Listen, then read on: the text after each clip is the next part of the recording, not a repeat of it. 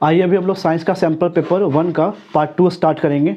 इसके पहले वाले वीडियो में पार्ट 1 का सॉल्यूशन किया हुआ है, जिसका लिंक डिस्क्रिप्शन बॉक्स में और आई बटन पे भी शेयर किया गया जा चुका है। इसको नंबर 8 है सैम्पल पेपर 1 में, जो कि केमिस्ट्री का है। ये क्वेश्चन जो है पीरियोडिक क्लासिफिकेशन चैप्टर से ये क्वेश्चन लिया गया है। क्वेश्चन है the following question refer to the elements of the periodic table with atomic number 3 to 18। Atomic number 3 से 18 तक का पीरियोडिक टेबल का ये एलिमेंट लिया गया है। इसमें 3 क्वेश्चंस दिए गए हैं। फर्स्ट क्वेश्चन क्या कर रहा है, which of them are noble gases. तो first of all we have to note that atomic number range कहाँ से कहाँ तक दिया गया है। तो एटॉमिक नंबर 3 to 18 के एलिमेंट्स के बारे में बताया गया है, जिसमें फर्स्ट में क्या कह रहा है कि which of them are noble gases, इनमें से कौन नोबल गैसेस है। तो हम लोग जानते हैं कि एटॉमिक नंबर 2 नोबल गैस का पहला एटॉमिक नंबर क्या होता है, 2 होता है, जिसमें हीलियम होता है। नेक्स्ट होता है 10 जो कि नियॉन होता है, और उसके नेक्स्ट होता है 18 जो कि आर्गन का होता है। तो हमारा जो इस एटॉमिक रेंज के बीच में आएगा वो 2 नोबल गैसेस आएंगे। तो नोबल गैसेस जो हो जाएंगे वो हो जाएंगे हमारे पास, एक होएगा नियॉन एटॉमिक नंबर 10, और एक होगा आर्गन जिसका एटॉमिक नंबर 18 है। Come to its question number B, which of them are halogens. इनमें से हैलोजन कौन है। हम लोगों ने पढ़ा पीरियोडिक टेबल में, जैसा कि पीरियोडिक टेबल आपको शो किया जा रहा है स्क्रीन पे। इस पीरियोडिक टेबल में हम लोग पढ़े कि ग्रुप 17 के जो भी एलिमेंट्स होते हैं उनको हैलोजन फैमिली में डाला जाता है। और हैलोजन फैमिली बहुत इंपॉर्टेंट है, ये आप लोगों को याद होना चाहिए बिल्कुल। ग्रुप 17 का एलिमेंट होता है ये, और इसमें आते कौन कौन से एलिमेंट हैं। तो फ्लोरीन, क्लोरीन, ब्रोमीन, आयोडीन, और भी होते हैं। ये 4 इंपॉर्टेंट है, fluorine, chlorine, bromine, iodine.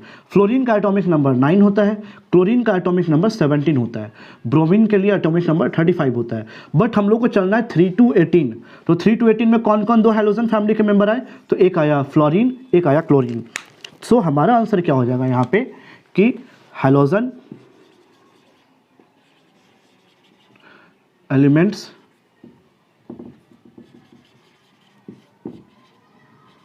Are,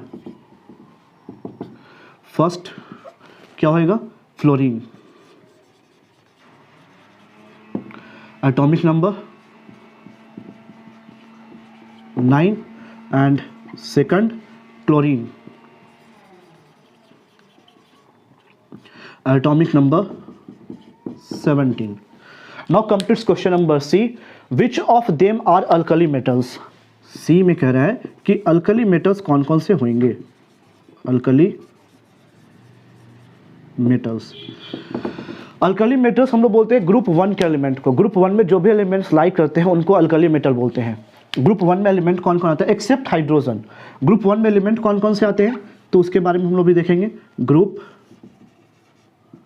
first, तो ग्रुप फर्स्ट में पीरियोडिक टेबल में भी आप लोगों को दिख रहा होगा, ग्रुप फर्स्ट में हाइड्रोजन से स्टार्ट होता है, जो कि नॉन मेटल है। हम लोग को अल्कली मेटल का बताना है। तो सबसे पहले आएंगे लिथियम, जिसका एटॉमिक नंबर होता है 3, फिर होगा सोडियम, जिसका एटॉमिक नंबर होता है 11, फिर होता है पोटेशियम, जिसका एटॉमिक नंबर होता है 19। हम लोग को चलना है 3 to 18 पे। तो 3 to 18 में फॉलो अगर करें तो लिथियम आएगा और सोडियम आएगा। तो अल्कली मेटल्स का आंसर हो जाएगा first lithium atomic number 3, and second is sodium atomic number 11। तो ये है आपका क्वेश्चन नंबर 8 का आंसर। इसके लिए 1 मार्क्स मिलेगा, इसके लिए 1 मार्क्स मिलेगा, और 1 मार्क्स आपका इसके लिए। टोटल ये 3 मार्क्स। इस तरीके से आप अगर स्कोरिंग करोगे तो आपका 1 मार्क्स भी डिडक्ट इसमें नहीं होगा।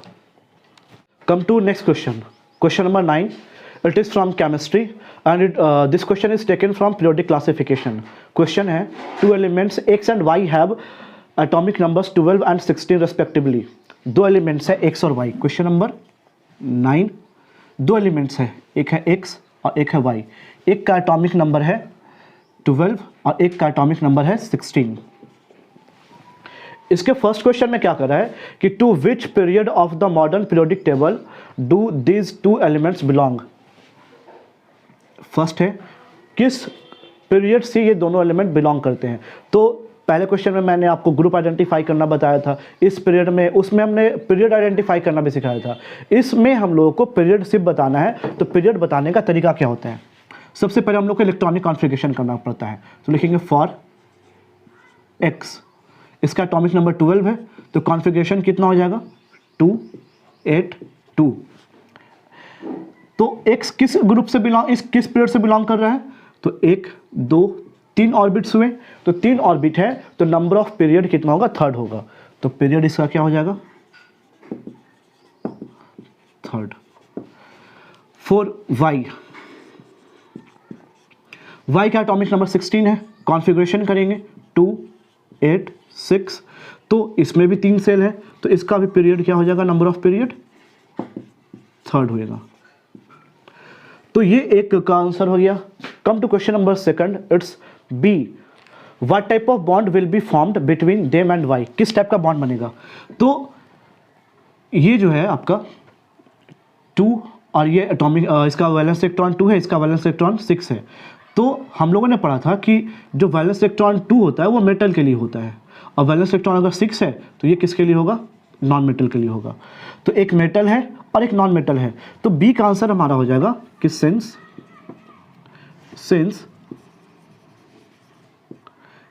X is metal and Y is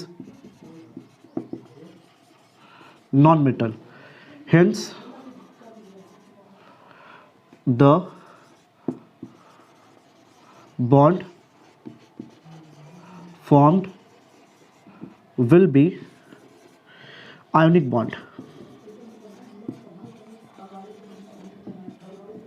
जो बॉन्ड फॉर्म होगा वो आयनिक बॉन्ड होगा। Now come to this third part, it is C, give the chemical formula of the compound formed. Chemical formula कैसे form करते हैं, क्लास 9th में हम लोगों ने पढ़ा है केमिकल फॉर्मूला कैसे बनता है। तो केमिकल फॉर्मूला बनाने के लिए हम लोग यूज करते हैं वैलेंसी को। तो एक्स पे वैलेंसी कितना होगा, एक्स पे वैलेंसी होगा 2, एक्स का वैलेंसी कितना होगा 2। वाई है, वैलेंस इलेक्ट्रॉन 6 है, तो वाई का वैलेंसी भी कितना होगा 2 होगा। तो 2 और 2 इक्वेट हो जाएगा, तो जो फॉर्मूला बनेगा वहाँ क्रॉस जब करेंगे, यहाँ पे 2 और यहाँ पे 2, तो 2 और 2 हम लोग लिखते नहीं है, तो देयरफॉर केमिकल फॉर्मूला, जो केमिकल फॉर्मूला है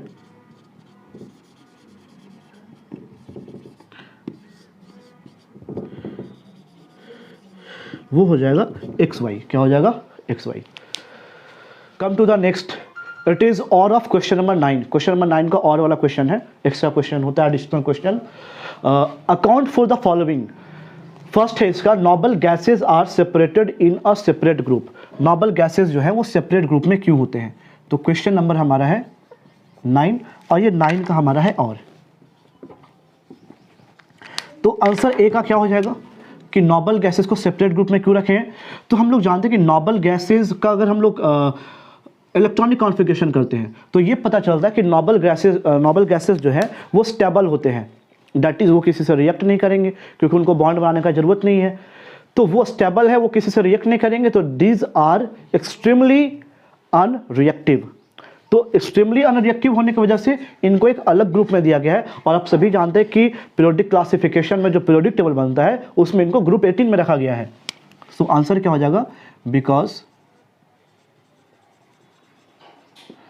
they are extremely unreactive।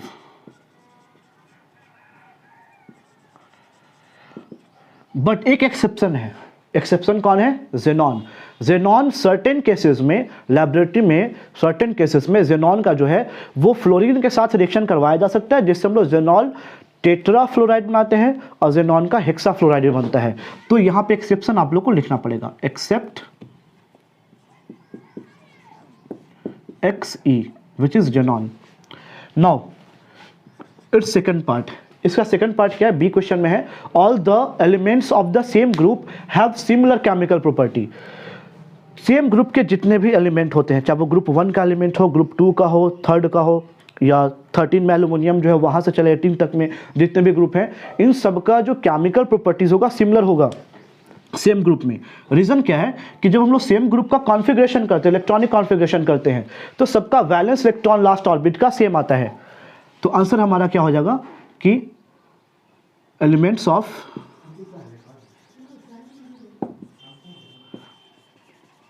Same group have same number of valence electrons. That's why they possess similar chemical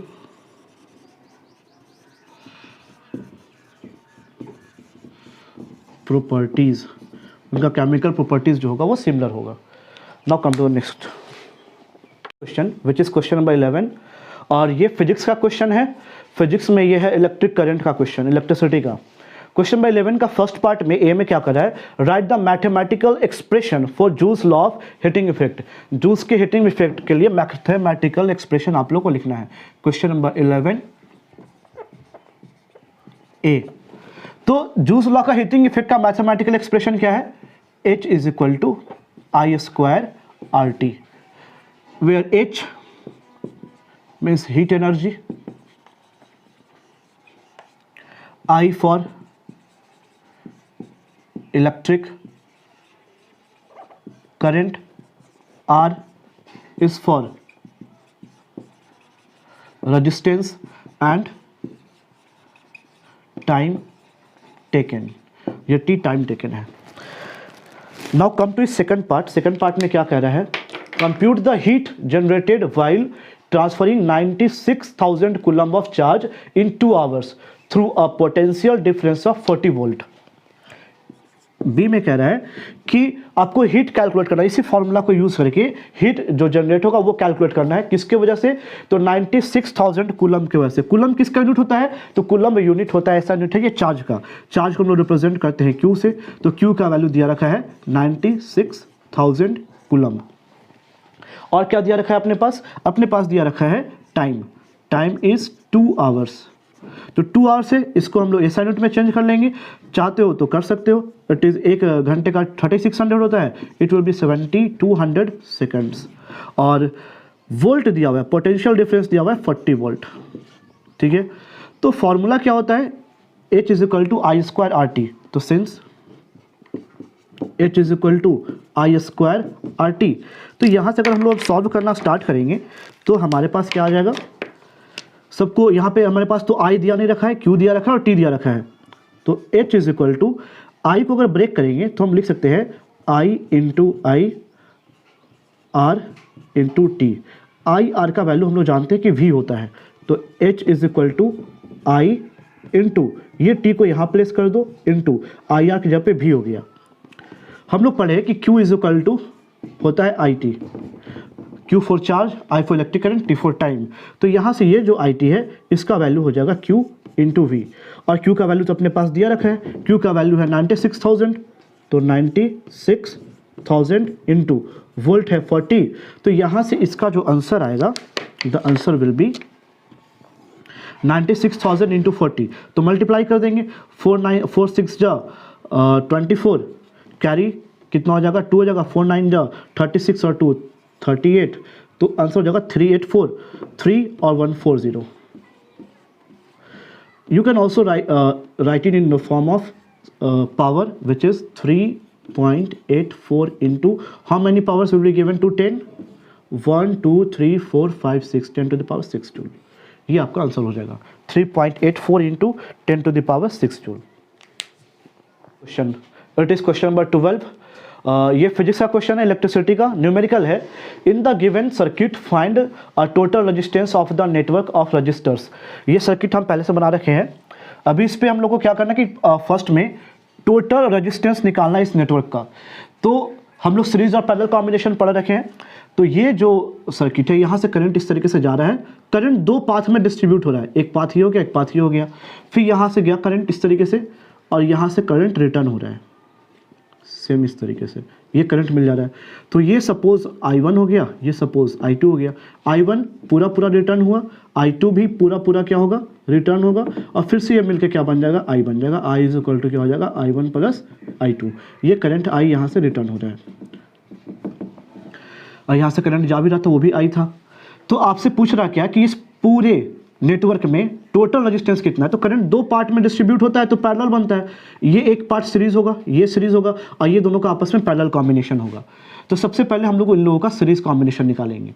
हम लोग नेमिंग कर लें कि ये R1 है, ये R2 है, ये R3 है, और ये R4 है। तो सबसे पहले लिखेंगे कि since R1 and R2 are in series, therefore इनका इक्विवेलेंट रेजिस्टेंस क्या हो जाएगा। तो इक्विवेलेंट रेजिस्टेंस R12 के लिए क्या हो जाएगा, R1 प्लस R2।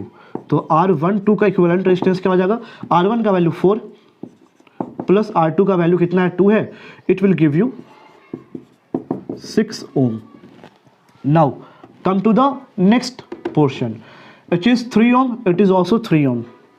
सो यहाँ पे अगर हम लोग आए बी में, तो बी में क्या पता चल रहा है कि ये जो पोर्शन है ये सीरीज में है ये भी। तो हम लोग निकालेंगे R34 के लिए।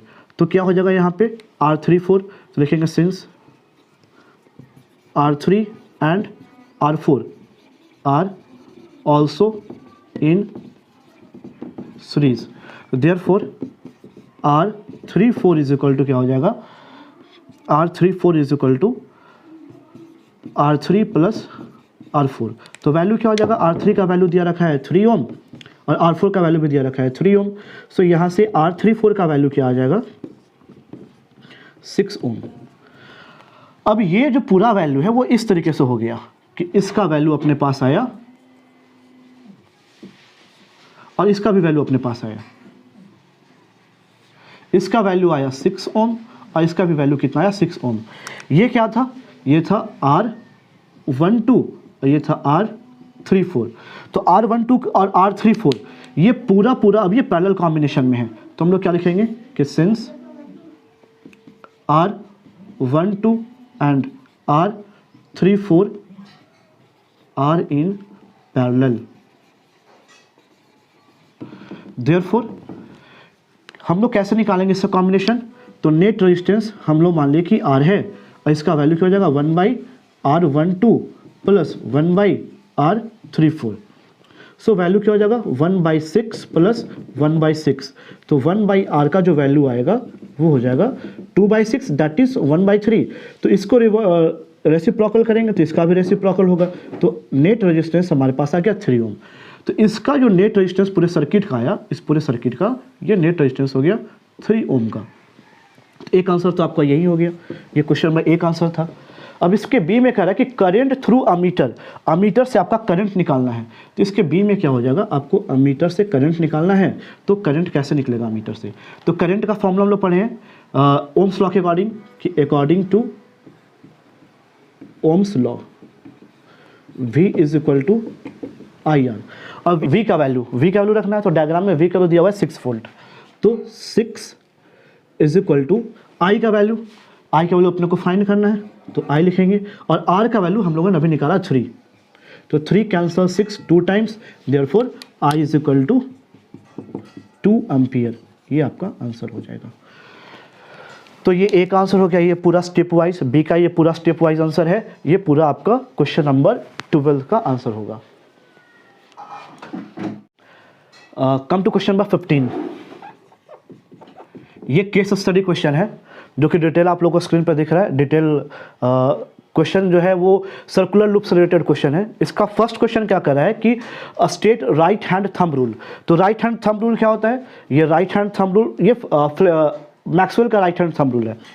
मैक्सवेल का राइट हैंड थंब रूल क्या करता है कि एक स्ट्रेट करंट करिंग कंडक्टर को अगर हम लोग अपने हैंड में होल्ड करते हैं, तो अगर ये करंट का डायरेक्शन है, थंब जो है अगर अगर थंब जो है वो पॉइंट कर रहा है करंट के डायरेक्शन को, तो जिस डायरेक्शन में फिंगर हमारा कर्ल होगा, तो फिंगर जो कर्ल होगा वो इंडिकेट करेगा मैग्नेटिक फील्ड के डायरेक्शन को। ठीक है, दैट इज कि अगर ये हमारा राइट हैंड है, ये अगर थंब को, अगर इस कंडक्टर को हम इस तरीके से पकड़ रहे हैं, ये थंब अगर इंडिकेट कर रहा है करंट के डायरेक्शन को, तो जिस डायरेक्शन में हमारा फिंगर कर्ल है इस तरीके से, ये डायरेक्शन एंटी क्लॉक है, तो अगर करंट ऊपर जा रहा है तो magnetic field line anti clockwise होगा, और अगर करंट अगर नीचे जाएगा तो ये फिंगर किस डायरेक्शन में कर्ल है, क्लॉकवाइज डायरेक्शन में। तो अगर करंट अगर नीचे जाएगा तो मैग्नेटिक फील्ड लाइन क्या हो जाएगा, हमारा क्लॉकवाइज हो जाएगा। तो इसी को आप लोग को स्टेटमेंट के फॉर्म में लिखना है। तो इसका फर्स्ट आई थिंक आप लोग खुद से कर सकते हैं, थ्योरेटिकल बेस्ड क्वेश्चन है, ज़्यादा एक्सप्लेन करने का नहीं है, और आप लोग ये क्वेश्चन याद भी कर चुके होंगे इस लॉ को।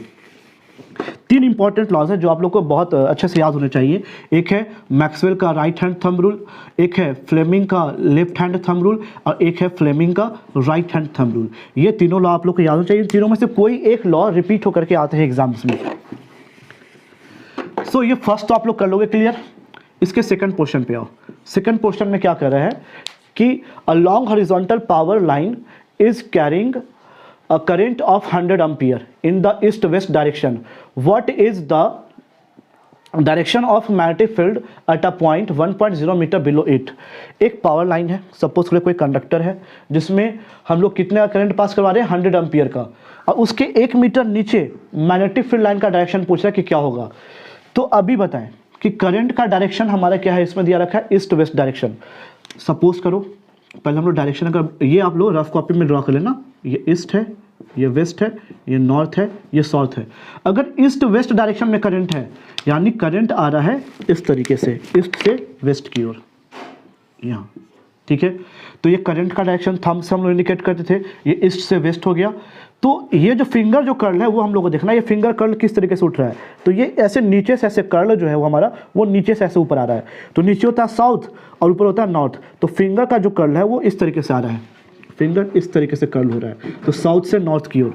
तो जो मैग्नेटिक फील्ड लाइन का डायरेक्शन हो जाएगा, तो लिखेंगे डायरेक्शन ऑफ मैग्नेटिक फील्ड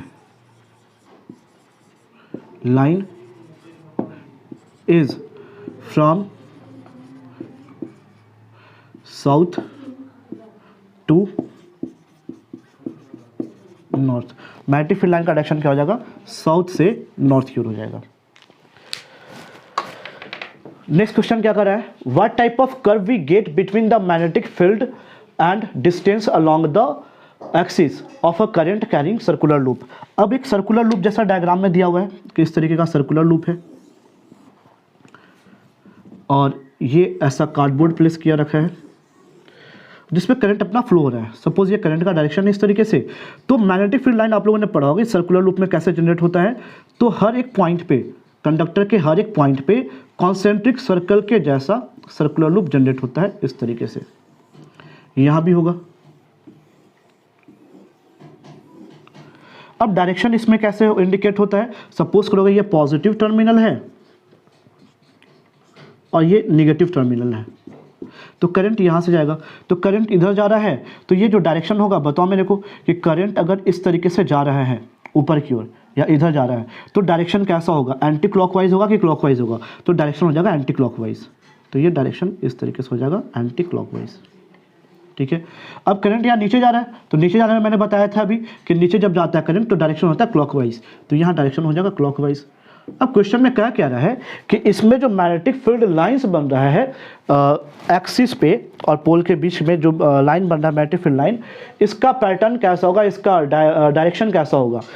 तो ये पोल पे कॉन्सेंट्रिक सर्कल होता है और जैसे से सेंटर पे जाता है ये हो जाता है स्ट्रेट लाइन। तो आपको लिखना पड़ेगा क्या कि magnetic field lines are concentric near the poles and a straight line at the centre. बस ये लिखोगे, ये आपका इसका आंसर हो जाएगा। अब हम लोग इसका एक और का क्वेश्चन है उसको भी सॉल्व करेंगे।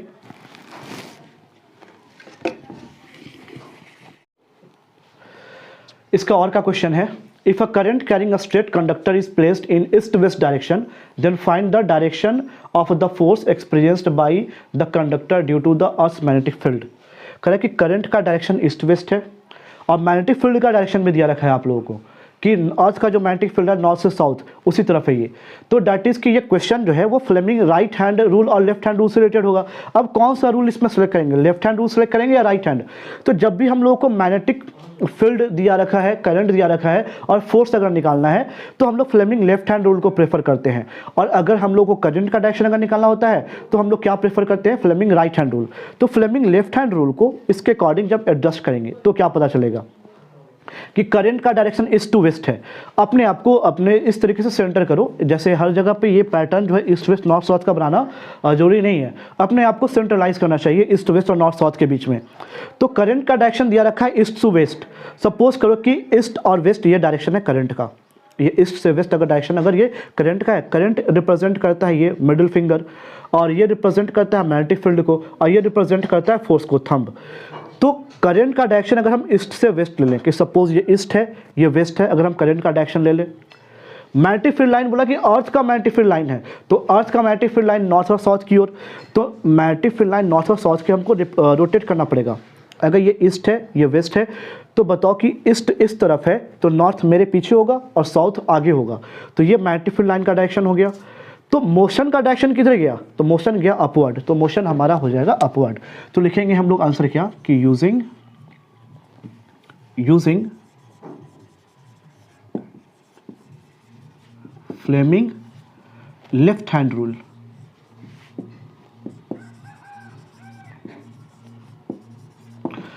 करंट का डायरेक्शन और इसका डायरेक्शन, ये थंब है ये फोर फिंगर है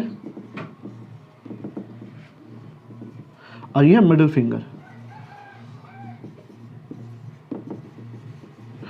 थंब क्या इंडिकेट करता है, मोशन के डायरेक्शन को या फिर फोर्स के डायरेक्शन को। फोर फिंगर ये रिप्रेजेंट करता है मैग्नेटिक फील्ड और मिडिल फिंगर ये रिप्रेजेंट करता है करंट के डायरेक्शन को। तो इसमें दिया रखा है हम लोग को मैग्नेटिक फील्ड का डायरेक्शन और हम लोग को करंट का डायरेक्शन दिया रखा है। इसके अकॉर्डिंग अभी मैंने आपको एक्सप्लेन किया कि एडजस्ट करके हम लोग मोशन फाइंड कर सकते हैं। एक बार फिर से मैं रिपीट कर रहा हूँ कि ये करंट का डायरेक्शन है जो कि ईस्ट से वेस्ट की तरफ है। अगर ये ईस्ट है तो ये वेस्ट होगा, ईस्ट से वेस्ट करंट का डायरेक्शन। ईस्ट के अगर ये ईस्ट है तो मेरे पीछे नॉर्थ होगा, मेरे सामने साउथ होगा, तो नॉर्थ टू साउथ हो गया मैग्नेटिक फील्ड लाइन जो कि ये अलाइन किया हुआ है। तो बताओ कि थंब किधर रिप्रेजेंट कर रहा है, तो थंब अपवर्ड है तो ये जो डायरेक्शन ऑफ मोशन हो जाएगा ये अपवर्ड हो जाएगा। तो लिख देंगे हम लोग क्या कि डायरेक्शन ऑफ मोशन ये हो जाएगा अपवर्ड, यही हमारा आंसर हो जाएगा। तो इस तरीके से हम लोगों ने साथ में मिलकर सैंपल पेपर 1 का फिजिक्स और केमिस्ट्री का सारे क्वेश्चन का बहुत ही अच्छे तरीके से डिटेल स्टेप वाइज सॉल्यूशन किया। इन पूरे सॉल्यूशंस को देखने के बाद अगर आप एक बार रिवीजन कर लेते हो, वीडियोस को बार बार देख लेते हो, तो आप लोग को स्टेप वाइज मार्किंग भी समझ में आ जाएगा, आंसर राइटिंग स्किल भी पता चल जाएगा। नेक्स्ट वीडियो में हम लोग सैंपल पेपर 2 सॉल्व करेंगे, उसमें भी फिजिक्स और केमिस्ट्री सॉल्व करेंगे बिल्कुल डिटेल में स्टेप वाइज। तो ये वीडियो अपने सारे फ्रेंड्स को शेयर करें ताकि उन लोगों को भी हेल्प मिले बोर्ड से रिलेटेड क्वेश्चन को डिस्कस करने में।